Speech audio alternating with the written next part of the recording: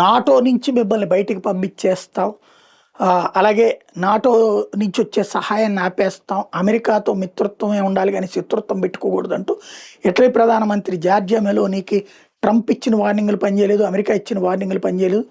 నిర్మోహమాటంగా మళ్ళీ తాజాగా కొన్ని యుద్ధ విమానాలు అక్కడ దిగి మూవ్ చేసుకోవడానికి, అంటే డైరెక్ట్గా యుద్ధం మీ దేశం మీద నుంచి చెయ్యము, మేము ఆయుధాలు లోడ్ చేసుకోవడం, లేదంటే కనుక యుద్ధం ఒక అటాక్ చేసి వచ్చాక పార్కింగ్ కోసం మీ బేసులు వాడుకుంటామంటే క్వశ్చనే లేదని తేల్చి చెప్పింది ఇటలీ మరొకసారి.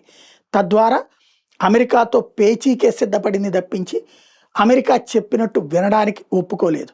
ఇక్కడ కొంతమంది ఈ మధ్యన ఒక సోషల్ మీడియాలో పోస్టులు పెట్టుకొచ్చారు, ఇటలీ ప్రధానికి ఉన్న ఇది కూడా దమ్ము కూడా ప్రధానమంత్రికి లేదు మోడీకి అని.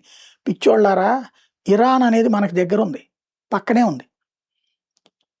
మనం బేస్లు ఇస్తామంటే చక్కగా వాడుకుంటుంది. వాళ్ళు అడిగారు కూడా, భారతదేశం ఇవ్వదని తెలుసు, మోడీ ఉన్నాడని తెలుసు, ఇదివరకు వాళ్ళ అట్లాగే ఇక్కడి నుంచి వాడుకోబడ్డాయి బేసులు. ఆఫ్ఘనిస్తాన్ మీద దాడులు చేసినప్పుడు ఇండియన్ బేసులు వాడుకున్నారు, అట్లాగే ఇప్పుడు ఇవ్వట్లేదు. అది ఇక్కడ ఒత్తిడికి లొంగే వ్యవహారం అయితే లేదు.